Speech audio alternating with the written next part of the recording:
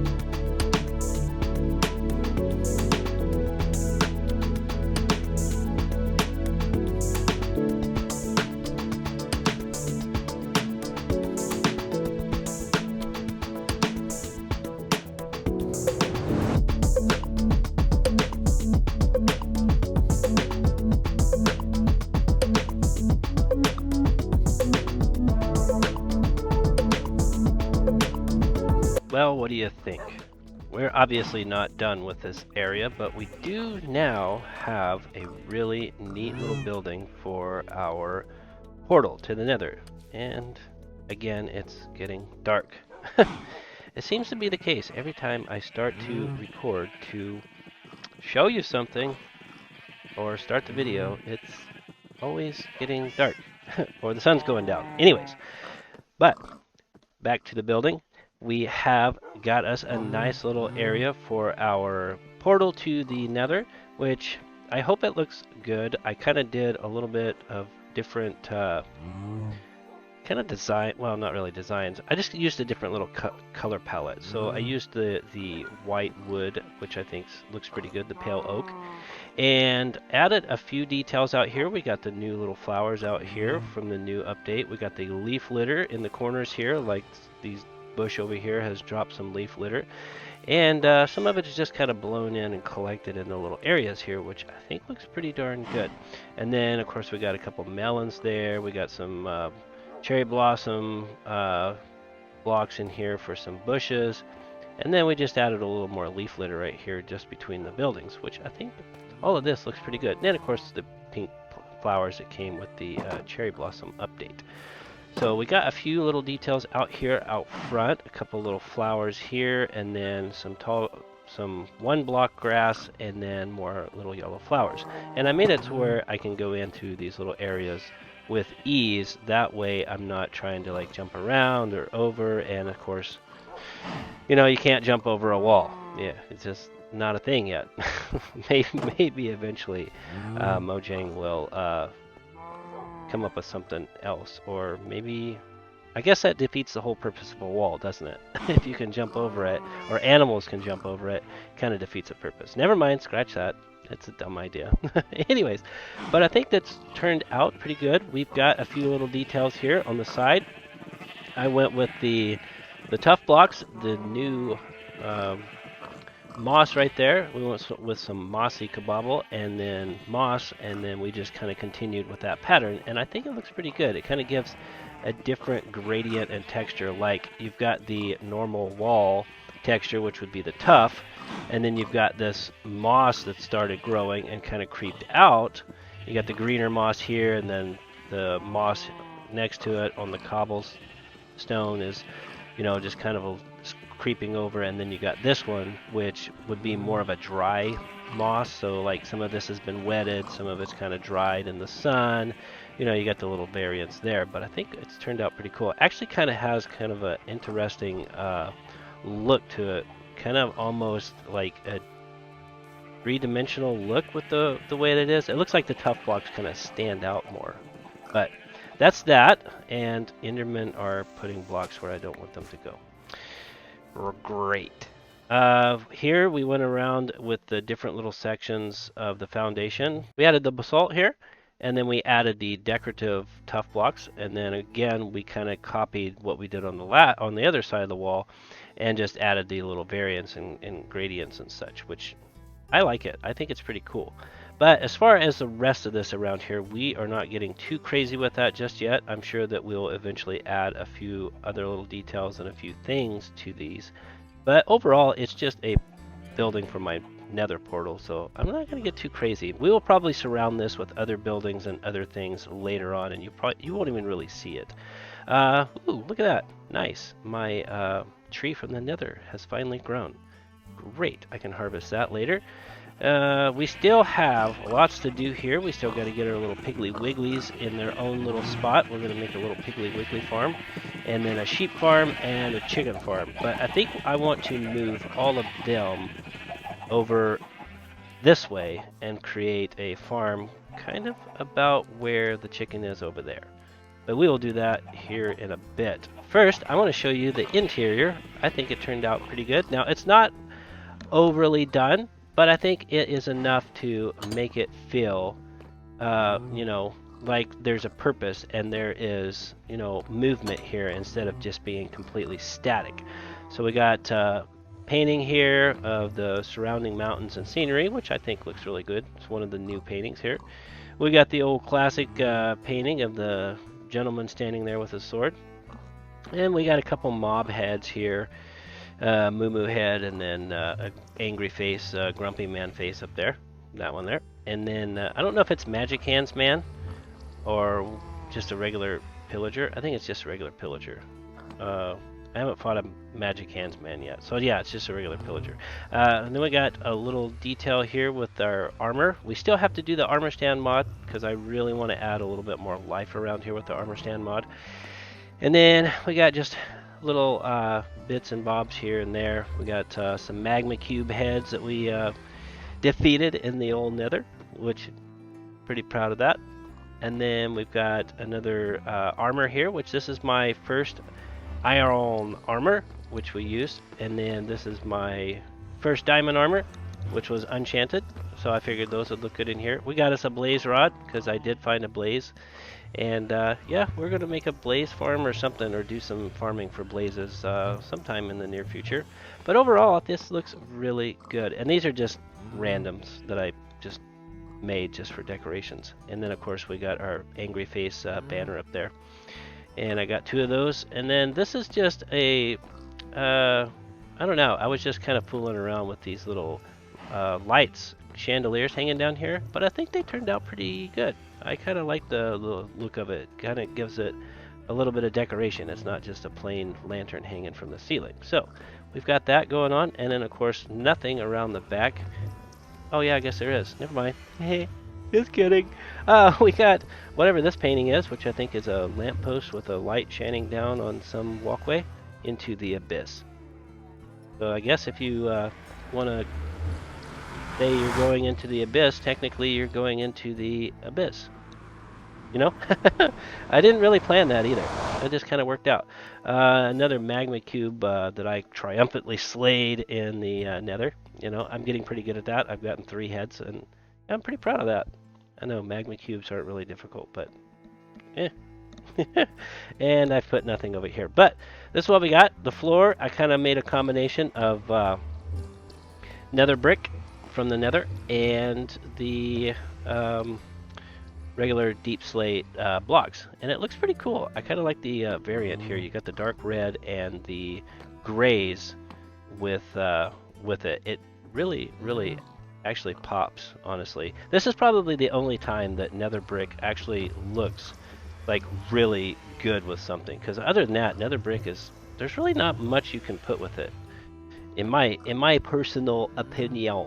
And you can take that and about as far as you can throw it. I don't know how far can you throw an opinion? You know, I don't really know. Life's little mysteries, you know. But we also cleared out our cherry blossom trees here, which we really need to put something in here. And I'm almost thinking that I want something kind of hanging on this wall here and creeping. Well, the root's kind of dangling on the wall, coming down, and then creeping over into this little pathway area right here. So I think I want to put a cherry blossom tree coming up and diving out over this area here. Something of substantial size, more or less. Nothing too small. I don't want it to be too weak. Let's go into cheat cam mode and we'll see about kind of a height that would be good for it. So let's go. Here we go. Cheetah cam. But I call it cheetah cam because well, you can obviously go down below the dirt, but I don't use it for that. I just like to use it so I can show you a general view of the area. And yeah, that's my story, and I'm gonna stick with it. No, I'm not using it for that. Anywho's, we are going to probably just do like I said, but I think about this height right here would probably be a really cool height. I'm not sure how many blocks that is, but if I do kind of a canopy over the pathway here, I think if you come up from there and you just kind of hide a little bit of the tower as you're walking up before heading into Forgefall, I think if it sweeps across, it will look pretty good. So let's go ahead and we will move on and continue with building up this area, making it look aesthetically pleasing. And then later on, we'll get back on Forgefall. So let's go ahead and get us a tree made.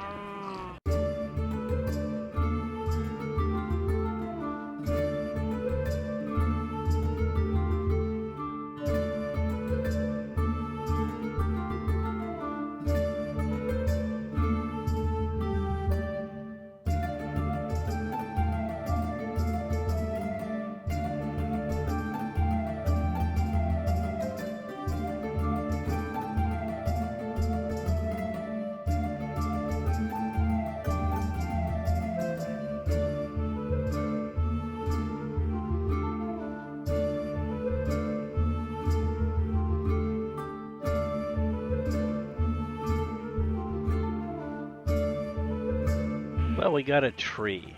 Now, I think we might need to add a couple little things to this thing, because up here it looks like it's a little lacking.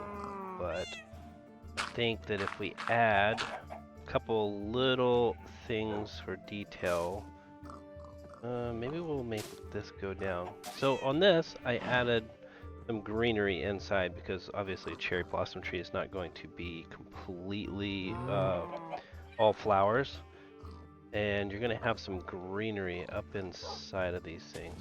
But I think this should do it. Possibly, maybe add a couple things there. Maybe we should bring this down a little bit here. Let's see what that looks like. But we've got this thing put in, and it's kind of like I have, or like I told you, it's going to kind of, it was going to kind of sweep from here, these little rock areas, up and over, and then out. So I didn't want it to be super like perfect or anything, because well, trees just naturally are not perfect. They have all their little quirks and their little, oh, on it fell off. They have all their little quirks and just are not asymmetrical or symmetrical. Is that? I'm not sure. Anyway, they're not perfect. That's what I'm trying to say. So just add a little bit more in each little area to give it. We'll add one here. That might work. Anyway, let's get back and see what that looks like.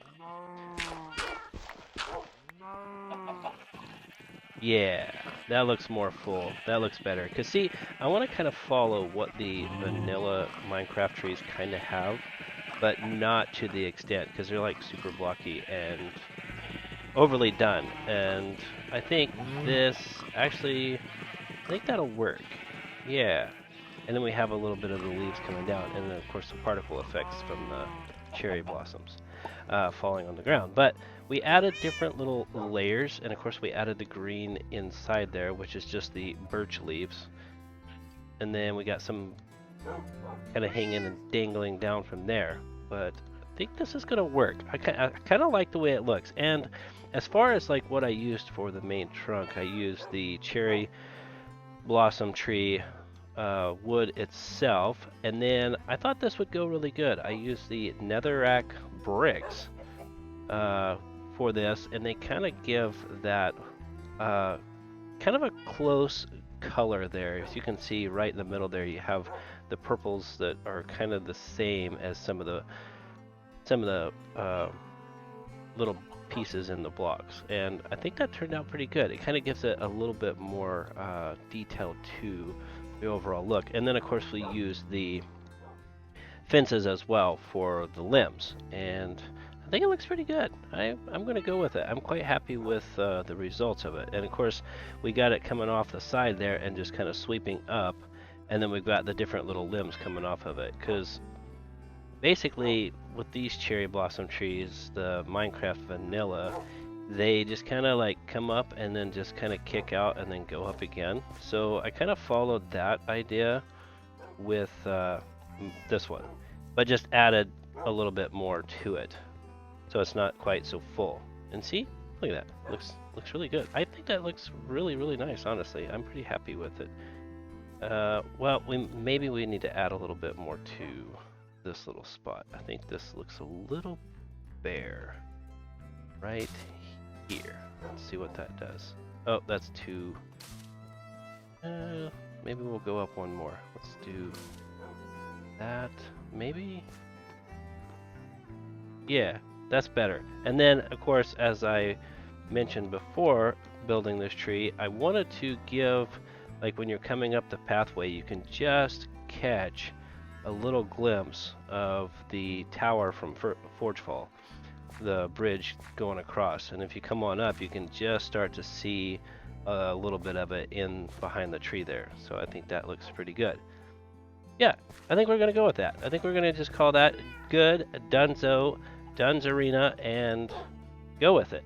It looks good. It's kind of whimsical and kind of here and there, maybe a hodgepodge mess, but what tree doesn't look like a hodgepodge mess, unless it's like perfectly manicured by a gardener or something. And of course I left this side more bare because of course we got the building here, and the limbs kind of aren't growing on this side so much. It's mostly getting all the sun and everything from this side and the top. Yeah, I think we're gonna go with that. Anyways, we got so much more to do, and my doggos are barking at me, telling me that I need to get to work, and Miss Jelly here is meowing at me. So let's go ahead, and we're gonna hold off on the rest of this until next episode. I want to go ahead and get started on Forgefall and a little bit of lore that goes with it. And what we need to do first is we need to get started on digging out the Dwarven area, or the kingdom for the dwarves. And that's going to give us all of the material and stone that we need for continuing on with Forgefall. And by stone, I mean lots of stone because, well, we got a lot of landscaping to do. Lots and lots of terraforming because all of this cliff and these rock formations and everything have to spread all the way over so that we can get everything flowing like this side over here. And that's going to take a lot of resources. So let's go ahead and get some materials that we need by digging out for the dwarves.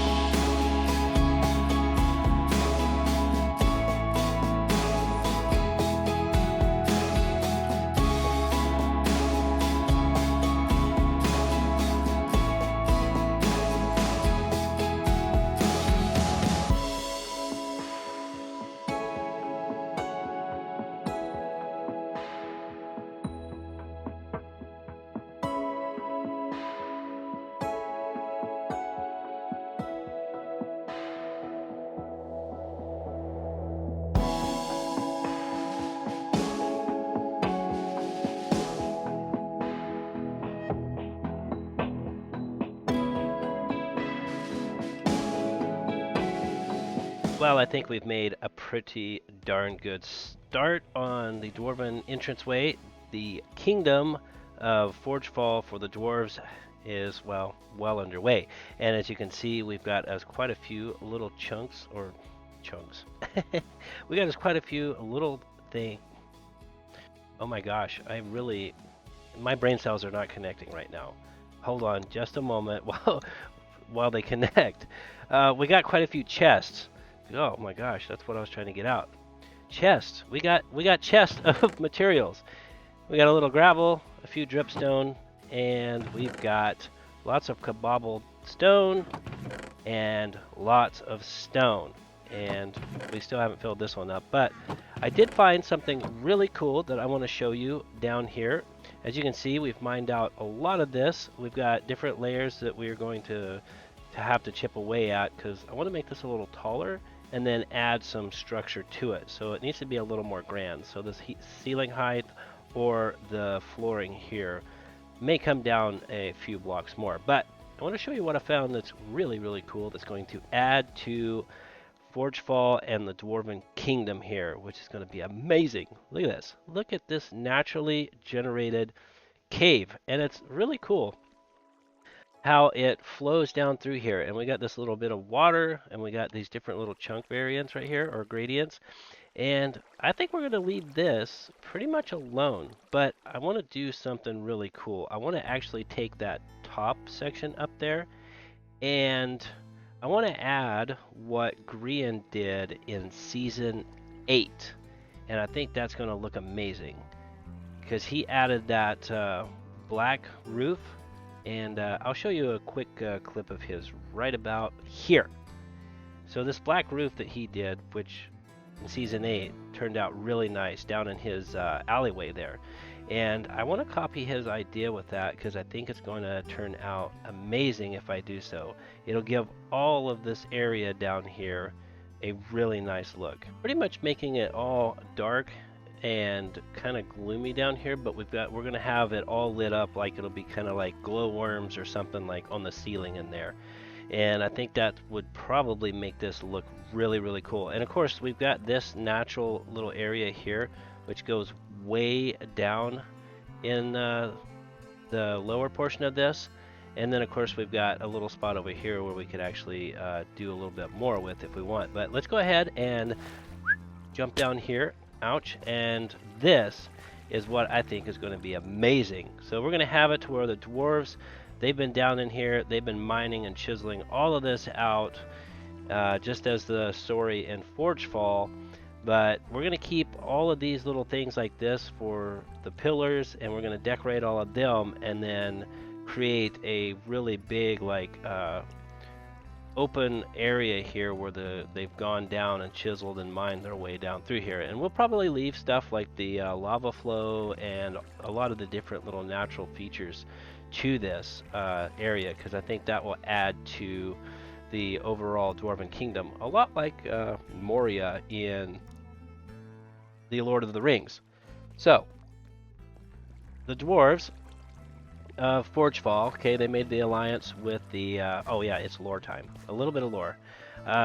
They made the alliance with the elves to gain their freedoms from the elves. More or less, they wanted to have the right to rule their own kingdom and, you know, rule themselves instead of being under the thumbnail of the elves. And, you know, for about 400 years it worked out great, but the dwarves in the story here, they're a little shady. They really are a little shady. So as they mined down through here, all the resources that they would find, like the iron and the coal and the gold and everything of sorts, they would give a little to the elves, but they would keep some for themselves. So they were basically just like skimming off the top, you know.